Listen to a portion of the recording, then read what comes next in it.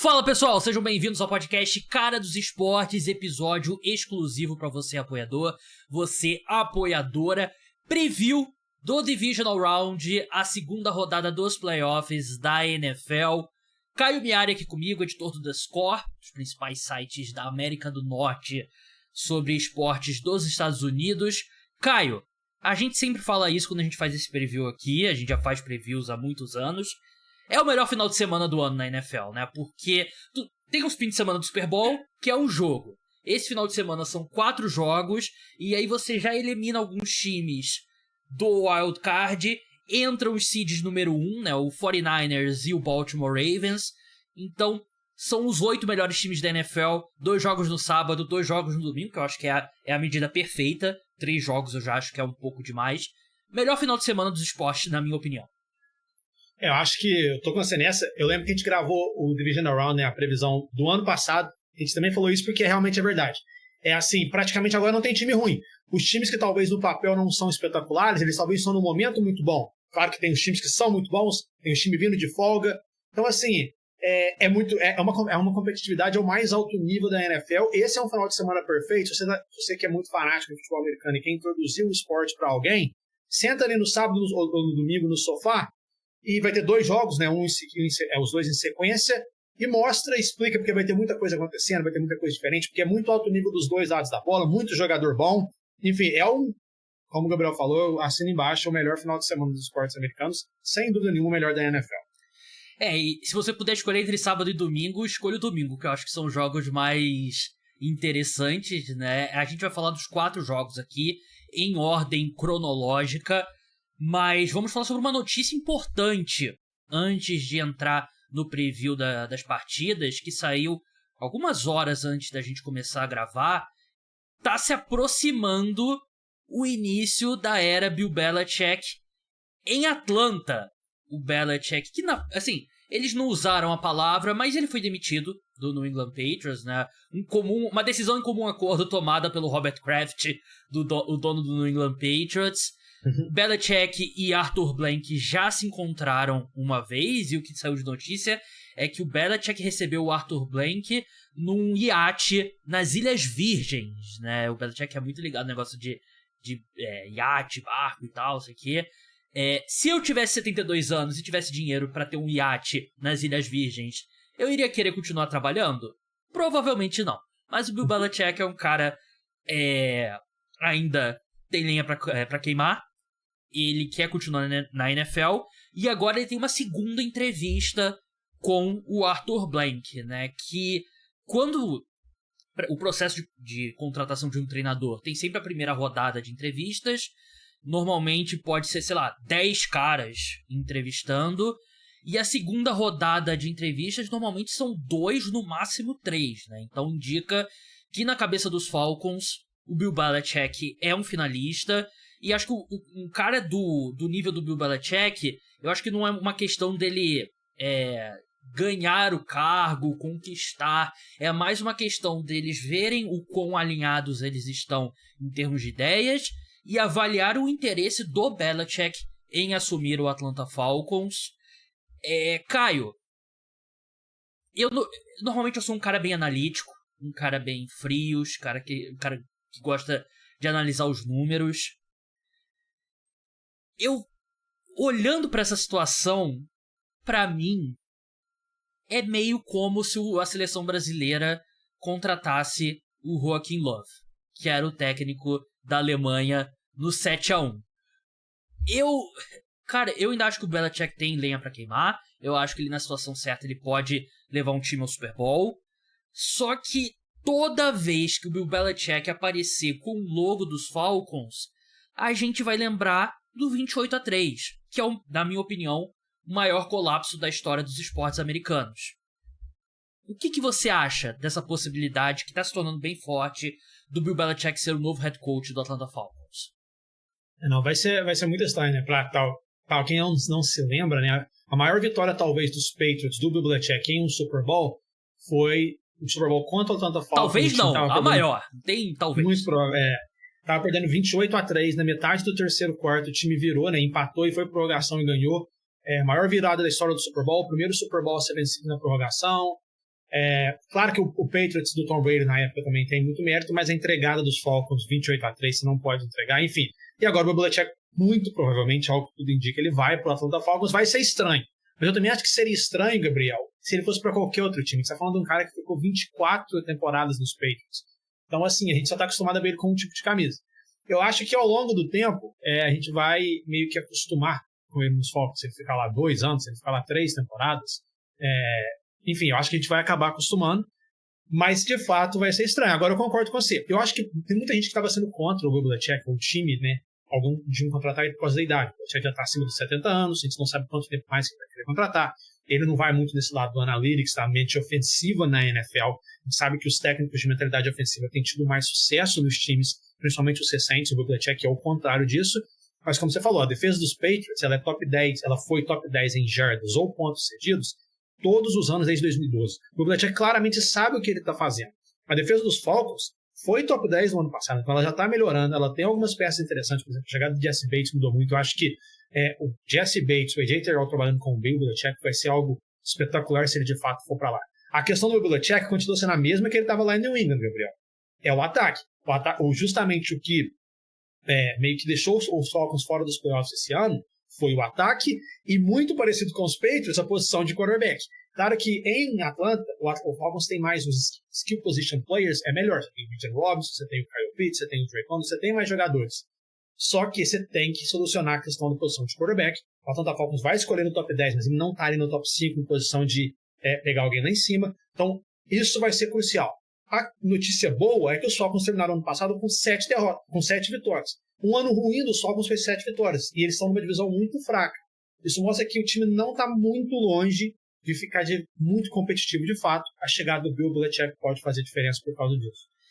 Tirando essa questão do 28-3, eu realmente acho que o encaixe é muito bom, porque ele herdaria um elenco já muito qualificado, né? E a questão vai ser a questão do quarterback, realmente, eles vão ter que encontrar, mas eu acho que a presença do Bill Belichick ajuda até o Atlanta Falcons, por exemplo. Uma coisa é o Atlanta Falcons contratando, sei lá, insira coordenador X aí disponível no mercado.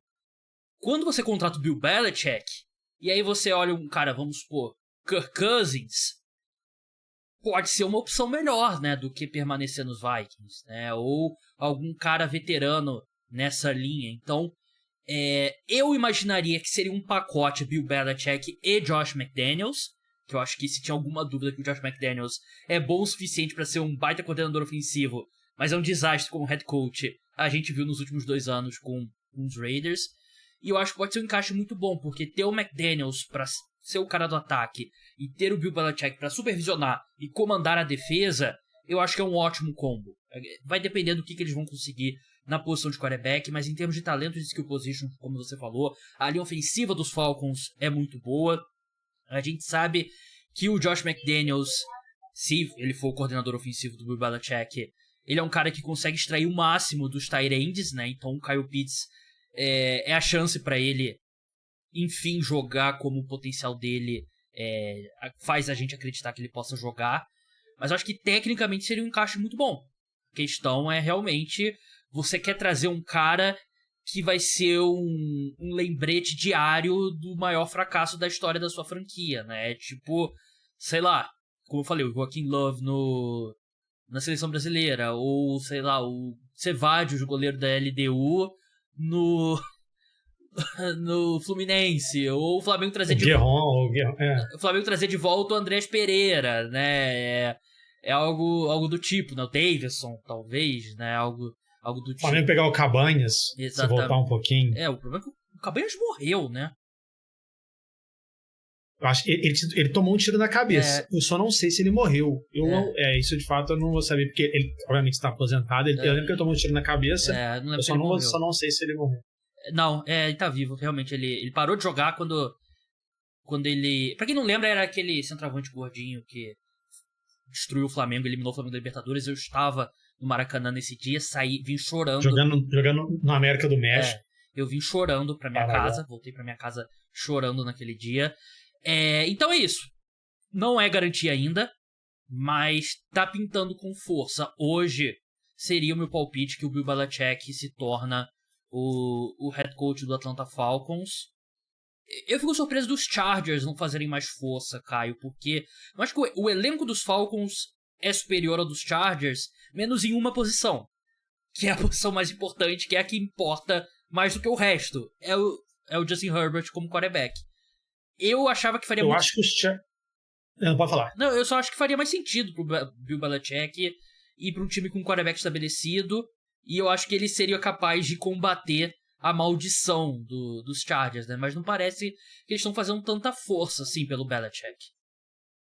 Vamos ver. Eu ia falar que os Chargers talvez estavam querendo ir mais para a rota de um cara de mente ofensiva, e é a única explicação que eu vejo. Vamos ver, talvez pode sair hoje que os Chargers estão pensando em entrevistar o Bill Belichick. Isso pode acontecer ainda, mas porque não é que os Chargers estão querendo um cara mais novo, não, porque eles foram atrás, por exemplo, do Jim Harbaugh. Os Chargers já entrevistaram o Jim Harbaugh, só que a única diferença do Harbaugh pro Belichick em quesito de a técnica dos dois o Harbaugh é mais de mentalidade ofensiva, foi um cara que jogou quarterback e tudo mais. Então, talvez essa seja a única explicação por que os Chargers não estão tão focados no Bill Belichick. Agora, vale ressaltar também, né, Gabriel? Muito provavelmente, se o Bill Belichick acabar indo de fato para os Falcons, ele não vai ser o general manager do time. Só que já tem o footnote, que foi o GM do time desde 2021. Se o Bill Belichick chega lá, o Bill Belichick foi, né, o general manager dos Patriots enquanto ele estava lá, ele muito provavelmente, claro que ele vai ter uma voz ativa em tudo, porque ele é o Bill Belichick, mas ele não vai ser o GM do time. No caso dos Chargers, é um time que está procurando um general manager e um técnico novo. Verdade. Assim, por mais que o Jim Harbaugh realmente tenha esse histórico de ataque, os dois são mais CEOs, assim, né? Eles supervisionam um pouco mais do que vão colocar a mão na massa de falta. Assim, o Chargers realmente é um bom ponto. Eles podem estar colocando meio que todas as fichas no Jim Harbaugh, mas foi assim que a gente viu os Vikings se ferrarem, né? Os Vikings queriam contratar o Jim Harbaugh, as entrevistas não correram bem, e aí ele voltou pra Michigan e eles contrataram o Kevin O'Connell, que eu acho que vem de um bom ano o Kevin O'Connell, inclusive, lá como head coach do... Os 2 anos dele lá nos Vikings foram aceitáveis. O time no ano passado não foi tão... no 2022 não foi tão... Foi muito competitivo, né? Foi aquele ano maluco com jogos de uma posse, acabou ganhando todos. Esse ano teve algumas lesões que atrapalhou demais o time, mas ele tem sido um bom técnico. Vamos passar agora pro preview da rodada, né? Vamos em ordem cronológica, começando por Houston Texans contra Baltimore Ravens. O jogo é em Baltimore. Os Ravens são favoritos por 9,5 pontos. Over-under de pontos 43,5. 4,50 vitória dos Texans. 1,22 para a vitória dos Ravens. Ravens vão estrear nos playoffs, descansados, enquanto os Texans vêm de um atropelo contra o Cleveland Browns e o CJ Stroud jogando em altíssimo nível. Só que aqui é outro nível completamente diferente, né, Caio? Você vai de Joe Flacco pro MVP da liga, né, que é o Lamar Jackson. Você acha que a defesa do Houston Texans tem condições de conter o Lamar e esse ataque dos Ravens, que vai ter o retorno do Mark Andrews? Eu acho que tem condições, sim. Eu acho que tem. Eu acho que é uma defesa que está nos playoffs. A gente já viu muitas defesas que até tem meio que é limitada em questão de talento individual, como eu acho que é o caso dos Texans. Só que tá todo mundo nos Texans hoje jogando o melhor futebol americano possível. Assim, você pega o Derek Barnett, que saiu dos Eagles pela porta dos fundos praticamente, está jogando muito bem.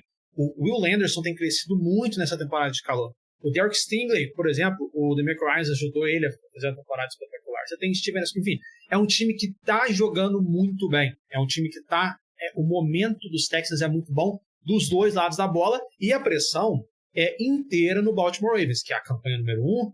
É um time que, com o Lamar Jackson, já chegou nos playoffs como melhor campanha e acabou tendo derrotas decepcionantes. É o time que está em casa. Para os Texans, ninguém esperava que o time ia chegar onde chegou. E o time tem feito uma temporada brilhante, muito por causa do CJ Stroud. Mas assim, o DeMarco Ryans, excelente temporada, o primeiro ano dele na NFL. Ele é um cara de mentalidade defensiva. O momento está do lado dos Texans. Então, assim, eu acho que esse time dos Texans pode ser muito perigoso para o time de Baltimore. Claro, o favoritismo é dos Ravens. Mas eu acho que eu consigo ver essa defesa dos Texans fazendo algum barulho, sim. O meu medo é que, assim, por melhor que realmente o Will Anderson venha jogando e o Derek Barnett, que fez um grande jogo contra Cleveland, não é uma linha defensiva tão profunda assim, né? E tem no seu principal edge rusher um cara inexperiente. Os Browns não tinham os tackles titulares, o que eu acho que é um ponto bem importante. E contra o Lamar é sempre aquela história, que é um clichê, mas é um clichê porque é verdade. Você precisa ter muita disciplina no seu front seven para evitar as corridas longas do Lamar, né? E acho que uma das grandes qualidades dessa defesa dos Texans contra os Browns foi o desempenho do Darius Stingley contra o Amari Cooper.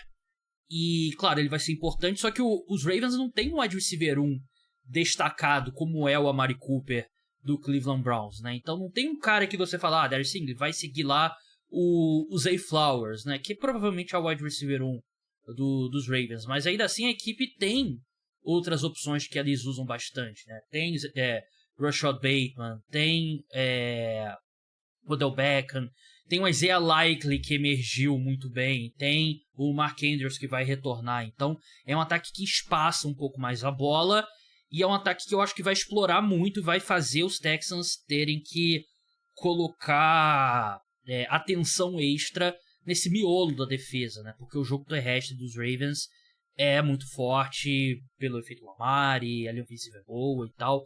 Então vai ser um teste de fogo, assim, pra essa defesa do Houston Texans, que é aquela defesa clássica, na minha opinião, que joga melhor do que a soma das peças, né? E são vários jogadores jovens contribuindo mais do que a gente esperava. Invertendo o lado, esse desempenho do CJ Stroud, que tem sido magnífico, né? O que ele fez contra o Cleveland Browns, o que ele fez na temporada. Rapidinho, um ponto... Eu tuitei sobre isso essa semana, Caio. Eu acho que é a melhor temporada de calouro de um quarterback que eu já vi. E eu listaria ali Andrew Luck 2012, RG3 2012, Russell Wilson 2012, Cam Newton 2011, Dak Prescott 2015 ou 2016? Agora não lembro, acho que é 2016. 2016. Justin Herbert 2020. Quem mais? Falei Baker Mayfield, né? 2018. Eu acho que ele tá nesse grupo e provavelmente seria a minha número 1, a do CJ Stroud esse ano. Eu concordo.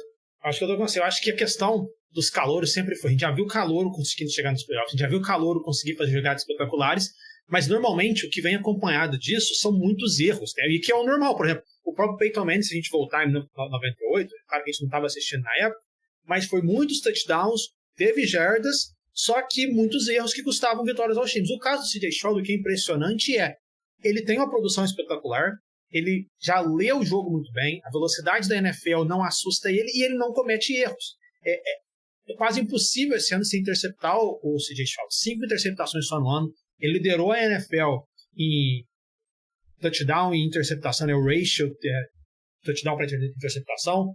Ele liderou a NFL em jardas passadas por jogo. Só o Joe Montana e o Tom Brady tinham feito isso nos últimos 50 anos. Ele está nessa lista.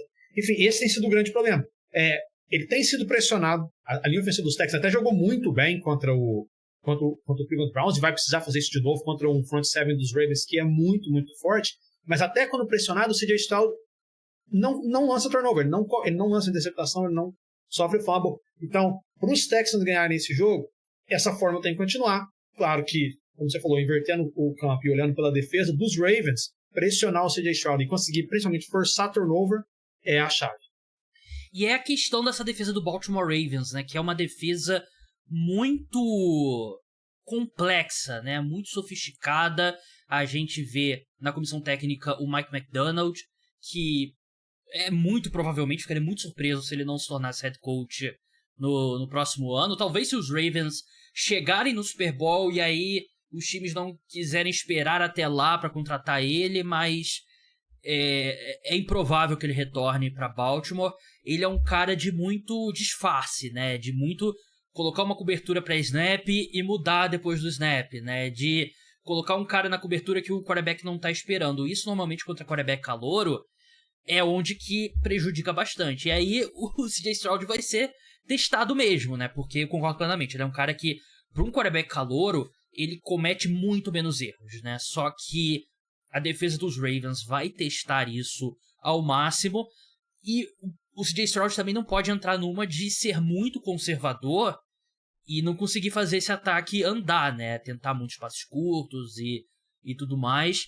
Eu imagino que os Ravens vão ter um plano de jogo à la Bill Belichick, que é vamos tirar o seu principal jogador do ataque.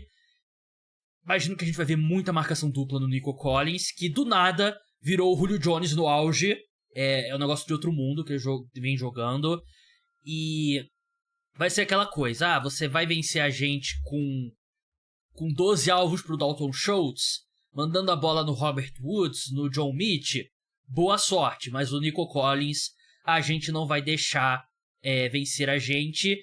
E tirando o Nico Collins, realmente a equipe não tem tantas opções assim, né? Não tem mais o Tank Dell, que se machucou há bem mais de um mês.